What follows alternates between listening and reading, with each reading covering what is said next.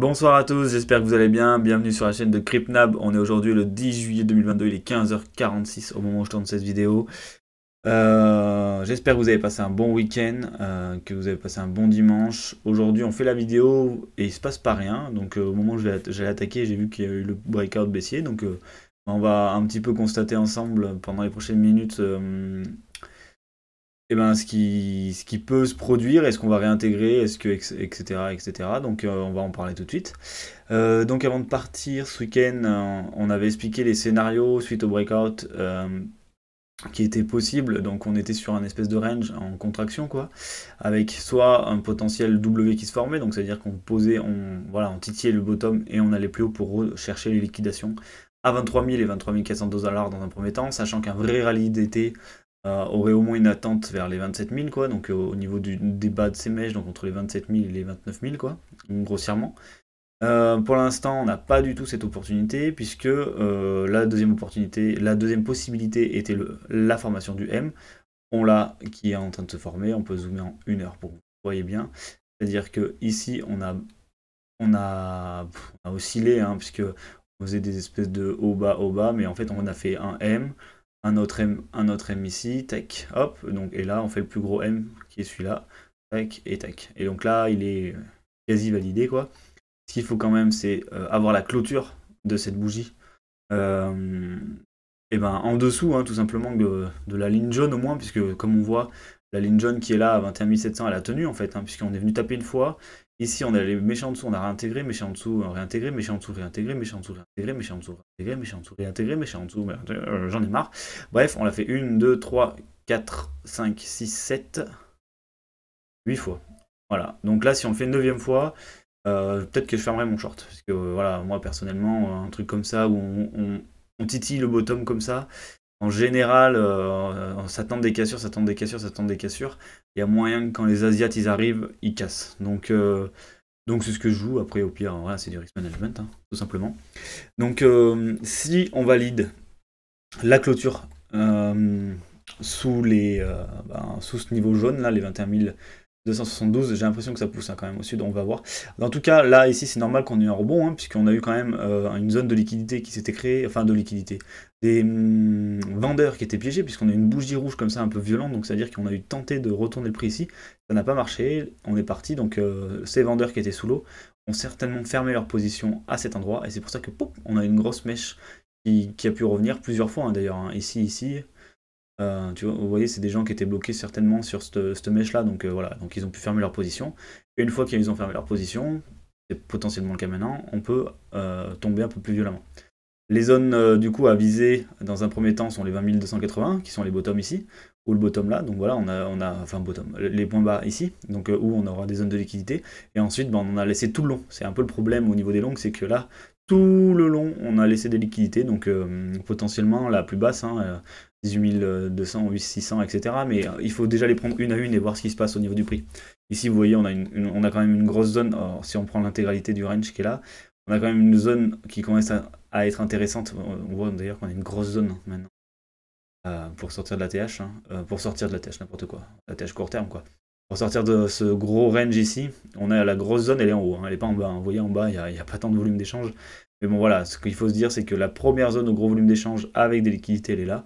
Donc potentiellement, ça sera le premier point où on ira, et à cet endroit-là, il faudra voir est-ce que le prix décide de se retourner, ou est-ce que il va y avoir une continuation baissière. Ça, voilà, c'est du court terme. Dans tous les cas, on va peut-être prendre une charte un petit peu clean parce qu'elle commence à être un peu dure celle-là. Donc je vais juste faire un petit x2 par 2 tout simplement. x2 par 2, comme ça j'aurai la même charte. Hop, mais un peu plus propre. Ouais, oui, oui. Allez, tac. On n'a pas besoin de ce genre de truc. Hop, voilà, donc là en weekly, pour revenir sur un scénario un peu plus global, on voit qu'on a toujours un gros creux qui s'est dessiné ici, donc potentiellement on va y retourner. C'est pour ça que j'ai un petit peu regardé voilà, avec vous les scénarios d'été, et je m'attendais vraiment à ce que cet été, alors ça paraît un peu tard maintenant, mais qu'on ait un retour ici pour faire de la liquidité, vous voyez, faire de l'échange entre les 23 000 en fait et les 27 000. En fait, toute cette zone, parce que ici en fait on a cassé fort, vous voyez, donc on n'y était pas allé en 2017. Ici on a cassé fort, et là on a recassé fort. Donc en fait on est vraiment dans une zone de creux où il n'y a pas d'échange. Donc c'est pour ça que je m'attends à un petit retour moi dans cette zone, voilà, potentiellement pour rattaquer plus bas, hein, mais au moins un retour pour faire de la liquidité. Et après, bon, comme on l'a vu hein, tous ensemble, les vraies zones support, elles commencent aux 12 000, on en a un petit peu aux 15 000, etc. Mais voilà, la vraie zone support, elle est aux 12 000.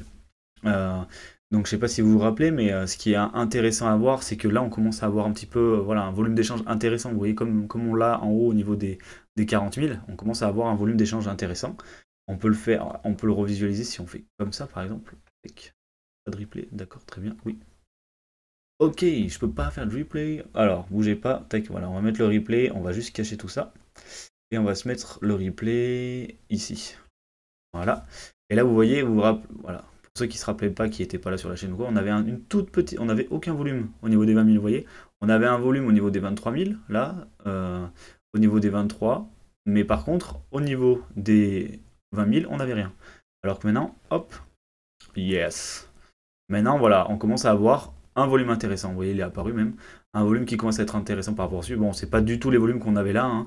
Et potentiellement, si jamais on pose le bottom à 20 000, on aura des volumes similaires à ça. Hein. Donc, faut en être conscient. Donc voilà, en termes de long terme, de toute façon, pour moi, je trouve que c'est voilà, des très bonnes opportunités. Il faut mieux acheter là que acheter là-haut, c'est sûr. Bien sûr, il faut mieux acheter à 3 000, à 5 000. Hein. Mais moi, voilà, je pense qu'il y a des bonnes opportunités en ce moment. On va revenir sur du court terme parce que je vois que le prix bouge assez vite, mais pour l'instant on n'a pas l'air de vouloir réintégrer. Il reste 7 minutes avant le range, donc ce qu'on va faire c'est la fin de l'heure, donc ce qu'on va faire c'est qu'on va passer à ETH. ETH, on va remettre tout mon gris-gris. ETH c'est très intéressant ce qui s'est passé en fait, puisque ici on avait eu un rebond, et on avait eu une target potentielle qui était dans le retour de, ben, voilà, des ordres de prix où justement il y avait pas mal d'acheteurs bloqués. Et donc vous voyez, on a eu des grosses mèches qui ont servi de rebond. Et en fait, ce qui est très intéressant, c'est qu'on a continué à poser des W, on a cassé, on a retouché, et on est reparti. Et là, qu'est-ce qui se passe? On casse, et là on est en train de rentrer dedans. Donc potentiellement, si on veut voir quelque chose se passer, un retour, un rebond, en plus on est dans une zone creuse de liquidité, hein, enfin, par rapport à l'entièreté, hop, comme ça, à l'entièreté des échanges, on voit que c'est la zone creuse en fait. Donc potentiellement, il y a besoin de business. Et de la même manière, ETH, lui, il a cassé ici. Donc à 4h du matin, il a cassé dans la nuit.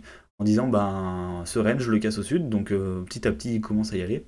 Et la première zone de liquidité, bah, elle est là, hop. On la voit bien, au 1100, liquidation longue, au 1163,18$. Voilà, donc là, on le voit bien. Ça sera sûrement la target qui va être atteinte, surtout si on veut développer une divergence. Donc voilà, c'est des targets qu'il faut regarder et qu'il faut être conscient. Si par exemple on veut faire des achats un petit peu tactiques, quand il y a des grosses zones de déviation comme ça, on peut se mettre sur les liquidités, parce qu'en général on va venir les chercher. Ça peut être des tactiques, des techniques intéressantes pour faire de l'achat. Si vous voulez faire du DCA et que vous savez pas exactement où le faire, vous pouvez le faire sur les zones de liquidité. Voilà, quand il y a des cassures comme ça, en général on va venir les chercher. Vous pourrez donc espérer être fil sur ce genre de mouvement. En termes d'order flow, on va revenir un petit peu plus en arrière. Tac, voilà, comme ça. Donc en fait, qu'est-ce qui se passe? Donc là, on a intégré ce range, et en fait, dans ce range, pourquoi j'ai un creux de liquide. Dans ce range, ce qui s'est passé, c'est que comme ça pour pas qu'il bloque, voilà. Dans ce range, ce qui s'est passé, c'est qu'on a une grosse augmentation du ratio short. Et je suis sûr. Et ici, quand ça a fermé, en fait, le ratio long est remonté. Et le ratio long est baissé. C'est-à-dire qu'il y a beaucoup de shorters ici qui ont fermé leur position. Donc, soit parce qu'ils étaient un peu sous l'eau et ils l'ont pas senti, soit parce qu'ils sont rentrés vraiment très, voilà, de manière très professionnelle, on va dire, pile poil ici, sur les liquidations short qui se sont créées là-haut. Voilà, donc c'est soit voilà, ils ont pris des bénéfices, soit ils sont sortis avec en minimisant les pertes. Et ici, ce qui est intéressant, c'est que hop, on voit que le ratio long il repasse par-dessus. Donc, mais sans spécialement, voilà, donc c'est surtout sur des fermetures de short. Et là, maintenant qu'on a le ratio long qui est au-dessus, on a une grosse liquidité. Boum. Et bon, le funding passe négatif. Je pense qu'il passe négatif, certainement dû aux liquidations. Donc voilà, comme on liquide beaucoup, et ben il y a beaucoup de positions longues qui se ferment, donc c'est normal que le funding parte dans le négatif comme ça. Voilà, tout simplement. En termes d'order flow côté ETH, on a à peu près la même chose. Hein. On a eu beaucoup d'ouverture de position, des gens qui ont tenté de suivre le mouvement short, et je pense que là, sur la descente du prix, voilà, ici on a une baisse pareil de l'open interest. Donc ça veut dire que les gens ils ont pris des bénéfices ou ils sont sortis avec des minimums de pertes. Et pareil que sur BTC, sur ETH, on est repassé à un long positif avec un funding un peu positif, et vous voyez que pour l'instant on liquide pas fort sur ETH, donc la liquidation forte sera certainement au niveau du point qu'on a mis ensemble sur ce graphique ici, c'est-à-dire au 1163,18. Donc voilà, pour moi c'est vraiment la target qu'on va aller chercher, même si voilà, vous voyez le RSI s'enfonce, etc. C'est pas parce qu'il s'enfonce qu'on ne peut pas rester enfoncé. Mais voilà, pour moi c'est vraiment une target qu'on va aller chercher sans vraiment de soucis, sauf si on réintègre magistralement sur Bitcoin, mais pour l'instant j'y crois pas trop, et voilà, c'est pas ce qui est clair en tout cas à ce niveau-là. Donc j'ai pas encore préparé la charte sur les funding pour les altcoins, donc on va le faire ensemble. Donc voilà, quand je le fais, je vais dans Future Data, prends les Open Interest, et des fois ça charge, des fois ça charge pas. Bon, j'ai une meilleure coque qu'avant, mais c'est pas encore ça, voilà, ça arrive. Ici, moi, ce que je rajoute, parce que du coup, ici, c'est les open interest, je rajoute le funding et les liquidations pour voir. Et là, en fait, c'est de tout. Donc, moi, ce que je fais, c'est que j'enlève Bitcoin et Ethereum pour me laisser simplement les altcoins en perspective et voir un petit peu ce qui se dit. Bon, voilà. Bon, ben voilà. Ok. Vous voyez, moi, quand je vois ça, tout de suite, je tilt. Le funding qui revient en positif. Donc là, on a une croissance quand même. On est en 1 heure. Ouais, en 1 heure, c'est déjà pas mal. Donc là, on a une croissance du Bitcoin, une croissance de l'open interest sur les altcoins. Donc ça veut dire qu'il y a beaucoup de positions qui s'ouvrent dans les deux sens, hein, autant long que short, mais on est quand même sur un funding qui, lui, tend à retourner vers le positif. Et qu'est-ce qui se passe à chaque fois qu'il retourne dans le positif? Je peux pas, si voilà, là. Qu'est-ce qui se passe à chaque fois qu'il retourne dans le positif? Donc on l'a une fois là, ouais, une fois là, voilà. Et c'est super rond ça. Qu'est-ce qui se passe à chaque fois? Ici, on l'a eu.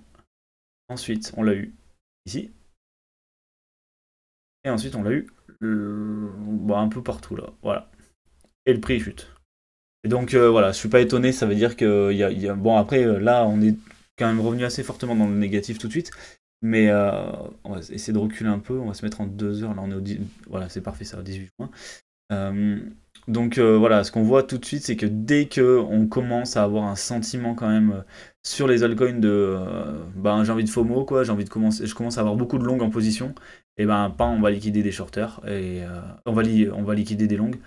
Et c'est certainement pourquoi aussi le Bitcoin n'est pas prêt à faire en fait une cassure et un rallye d'été, parce que si les gens suivent en FOMO sur les alts à chaque fois, le marché va pas laisser la possibilité aux gens de gagner beaucoup d'argent. Donc tant que ça arrivera, tant que les gens n'auront pas retenu qu'il faut pas mettre, je dis pas de pas investir, hein, c'est pas la même chose, mais là de balancer du x20, x50, x100, on aura certainement des retours en bad range pour punir tous ces gens-là. Donc pour l'instant j'aimerais bien qu'elle clôture, donc là elle va clôturer la bougie, donc voilà, on réintégrera pas dans la minute, je ne pense pas. Donc un scénario plutôt bearish, donc pour moi en retour aux 20 200 là, 20 000 pour ce début de semaine. Et ensuite je vous tiendrai au courant sur Twitter, et puis on se revoit mardi de toute façon pour voir où on en est sur la dégringolade. Si on, aussi bien, je suis un gros mytho, hein, on va poser un W, on va réintégrer, on va aller to the moon, mais le fait qu'on ait FOMO sur les alts, ça m'inquiète un peu, donc potentiellement un retour au moins aux 20 200 dans un premier temps, et voir jusqu'au range qui était ici, donc aux 19 300 là, liquider ces gens qui ont fait retourner le marché là. Et pareil sur ETH, du coup dans un premier temps les 1163, et après ça sera tout le long là, toute la descente, donc au moins jusqu'aux 1080 $, qui sont, voilà, 1076 $ qui sont ici. Dans tous les cas, on se tient au courant dans la semaine, puisque sur Twitter, je continue à mettre la bougie clôturée. Je continue à mettre des upgrades, donc n'hésitez pas à me suivre pour ça, et on se retrouve mardi pour une prochaine vidéo. Allez, bonne journée à tous, ciao.